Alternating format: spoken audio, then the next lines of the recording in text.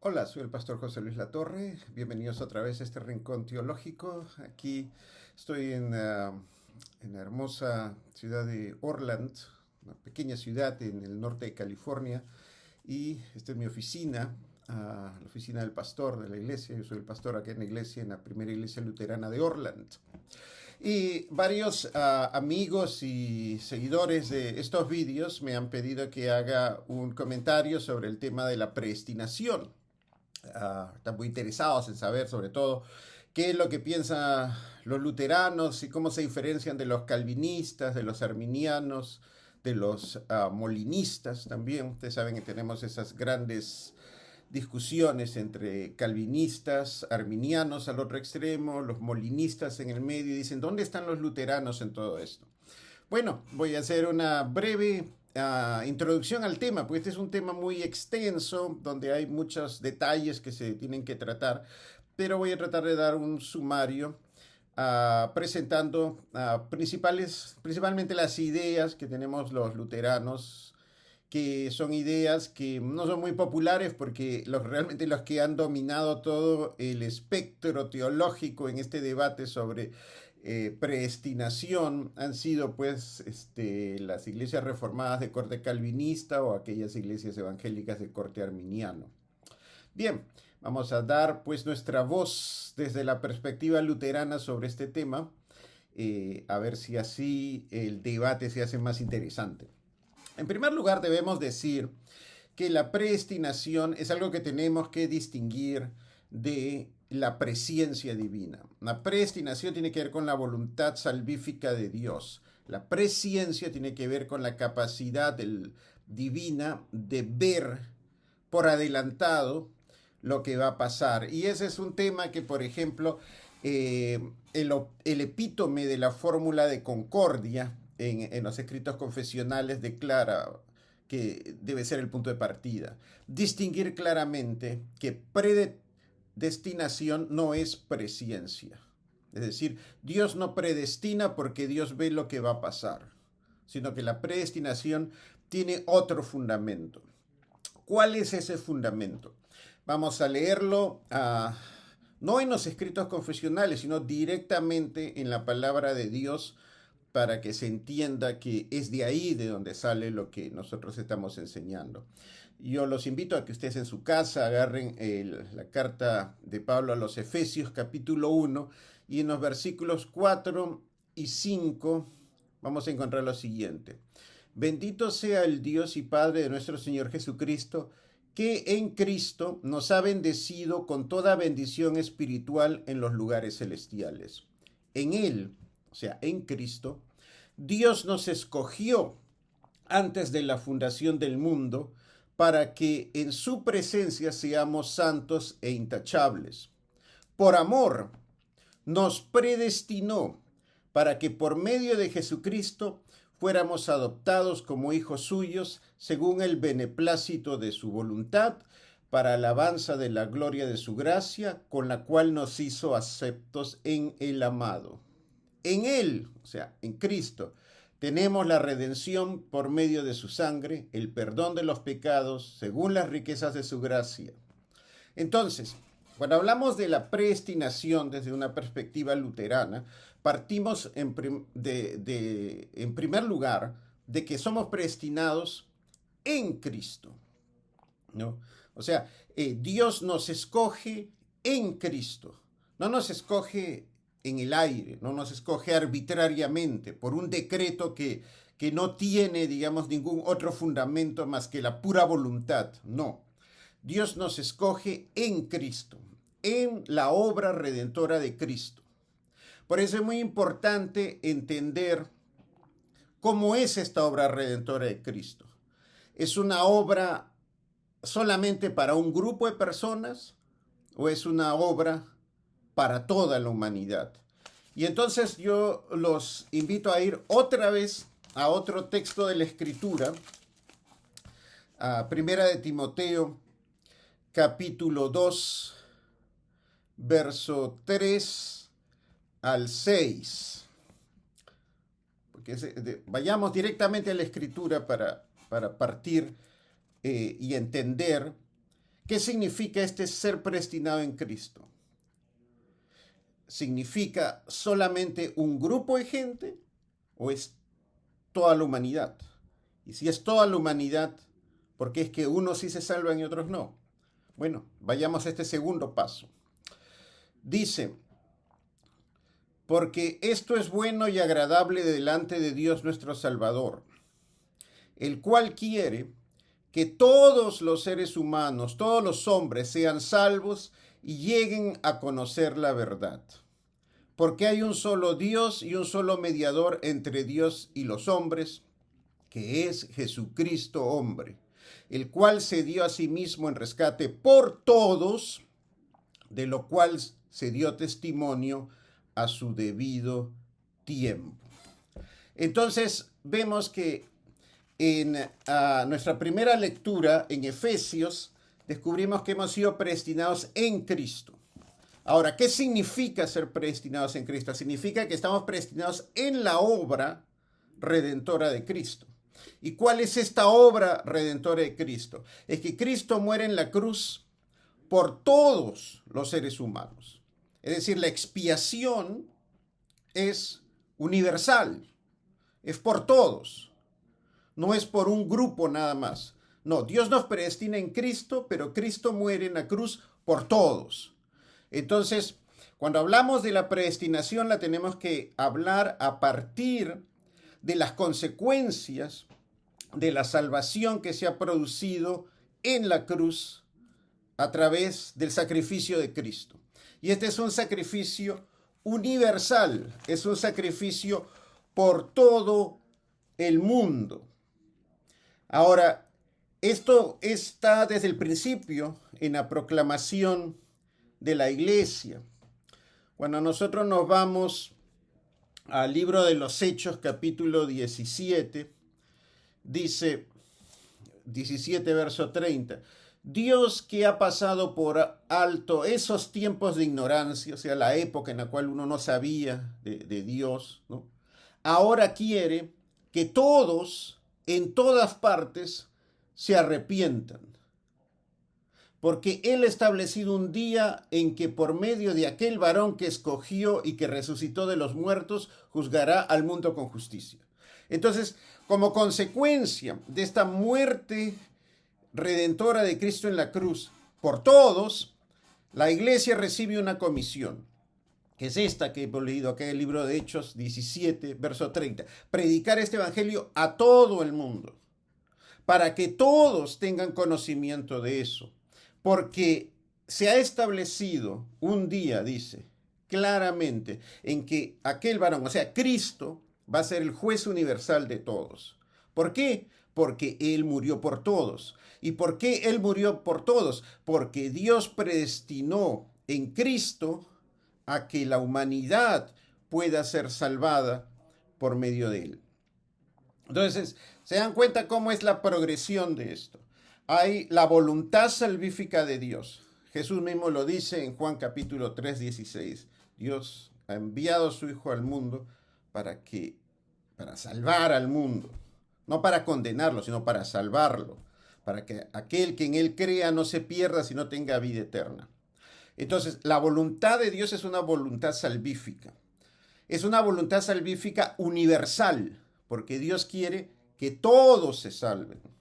Entonces, como esa es la voluntad universal de Dios, de salvar a todos, Cristo en la cruz muere por todos. Y al morir por todos, abre la puerta a todos. Vengan a mí todos los trabajados y cargados, dice nuestro Señor. Entonces Él abre la puerta y la invitación a todos. La iglesia recibe ese encargo de predicar esa gracia salvífica a todos. Por eso Pablo dice, ya se acabó esto del tiempo pasado, hoy en día hay que predicar a todos, porque dice, Dios quiere que todos en todas partes se arrepientan. Es decir, que todos en todas partes reciban ese don que Cristo ha logrado en la cruz habiendo sacrificado su vida por todos. Sin embargo, no todos se arrepienten, ¿no? Nosotros sabemos, en las Escrituras hay muchos testimonios de que si bien Dios elige a todos, no todos aceptan. Hay una dureza de corazón. Hay una parte en la cual los seres humanos prefieren perderse, prefieren seguir sus propios caminos y no seguir el camino del Señor. Es decir, aunque Dios quiere salvarnos a todos, no todos responden afirmativamente a esa salvación. Entonces, acá vemos un tema de la libertad, ¿no? Nosotros tenemos otra paradoja que enfrentar aquí. Esta otra paradoja es la paradoja de la libertad. Que por un lado tenemos una libertad condicionada que nos permite practicar lo que es justo y necesario, digámoslo así, de acuerdo a las normas civiles, lo que Lutero en su escrito sobre la libertad determinada llama pues la libertad de ejercer la libertad cívica, ¿no? Que también la Confesión de Augsburgo expresa la libertad cívica. Pero esta otra libertad, esta otra libre albedrío, que tiene que ver con aceptar o rechazar la gracia de Dios, depende mucho de la acción del Espíritu. Es decir, todos pueden ser salvos porque el Espíritu toca la puerta y el corazón de todos. Pero hay una parte en la cual cada persona puede, por causa del mismo Espíritu, escoger afirmativamente o negativamente seguir a Jesucristo. Es decir, todos reciben la capacidad para dar una respuesta. Porque si no tuvieran esa capacidad, no podrían responder. En otras palabras, nadie puede creer en Dios a menos que Dios lo ilumine con el Santo Espíritu. Eso lo hemos estudiado también en nuestro estudio del catecismo, ¿no?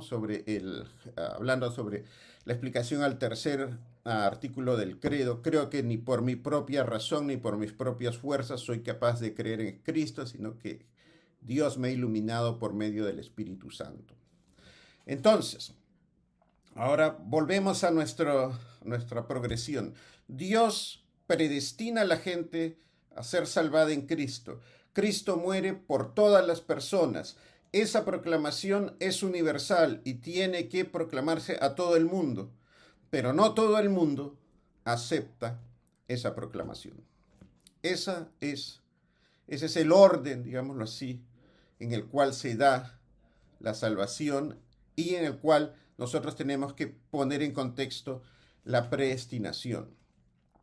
¿Por qué algunos son salvos? ¿Por qué otros no lo son?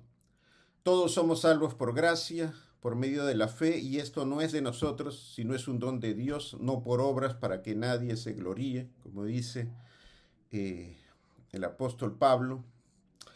Pero si nos perdemos por la dureza de nuestro corazón. En otras palabras, el ser humano se salva por gracia, pero se pierde por la dureza de su propio corazón. Y esa paradoja, esas dos verdades, existen a lo largo de la Escritura. Jesús dice, vengan a mí todos, pero la verdad es que no todos quieren tomar su cruz, negarse a sí mismo y seguirlos. ¿Significa eso que la salvación depende de uno? No, porque la salvación es un acto de Dios, es un acto gratuito al cual nosotros accedemos por gracia, por medio de la fe, sin las obras de la ley. Si dependiera de nosotros, entonces sería por obras, pero no lo es. Es por gracia, por medio de la fe. Pero si ¿nos perdemos acaso porque Dios nos ha predestinado para perdernos? No, Dios no nos ha predestinado para perdernos porque Dios no quiere que nadie se pierda, dice la Escritura. Si nos perdemos es por la dureza de nuestro corazón. Ahora, en este debate entre calvinistas y arminianos, pues los calvinistas tienen estos famosos 5 puntos del calvinismo que voy a comentar brevemente para decir en qué cosas estamos de acuerdo y en qué cosas no estamos de acuerdo, basados en la lectura bíblica que hemos hecho, ¿no? O sea, todo mi acuerdo o desacuerdo con lo que los hermanos de las iglesias reformadas, calvinistas dicen, no se basa en lo que Calvino dijo o lo que Lutero dijo, sino se basa en lo que acabo de leerles en la palabra de Dios. Ellos hablan de una depravación total, es decir, de que hay una total corrupción del ser humano y que por lo tanto el ser humano no se puede salvar a sí mismo. En ese punto, sí, estoy de acuerdo.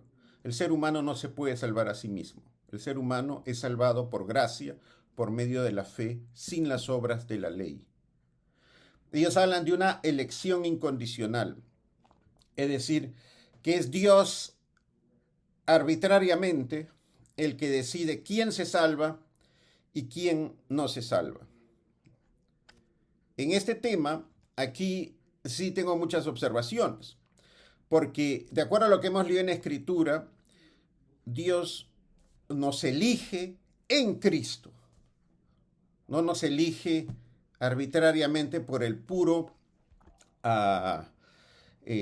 gusto de la voluntad, ¿no? Como diciendo, Dios elige salvar a estos y elige condenar a estos otros.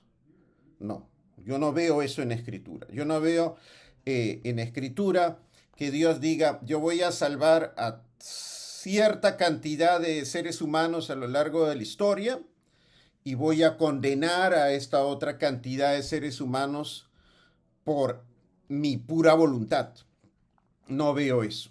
Yo veo que la elección es en Cristo y Cristo murió por todos. Y eso nos lleva a ese tercer punto de diferencia. El calvinismo sostiene la expiación limitada, es decir, de que como Dios solamente ha decidido salvar a un grupo de gente según su punto de vista, pues Cristo solo ha muerto por ese grupito de gente. La expiación de Cristo no se aplica a los demás. Ellos hablan de que hay una gracia común que permite que la gente pues, que no se maten unos a otros, pero que realmente la gracia está limitada a esta expiación limitada a un cierto número de personas. Como hemos visto en el testimonio de las Escrituras, ¿no? Dios quiere que todos sean salvos, no un grupo nada más, sino todos. Por lo tanto, la expiación es universal.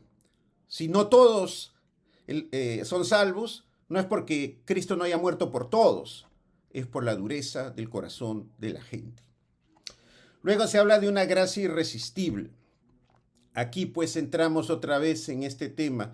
El calvinismo sostiene que como tú has sido predestinado, te guste o no te guste, igual tú te vas a salvar, ¿no? Por lo tanto, tú nunca vas a caer en la gracia.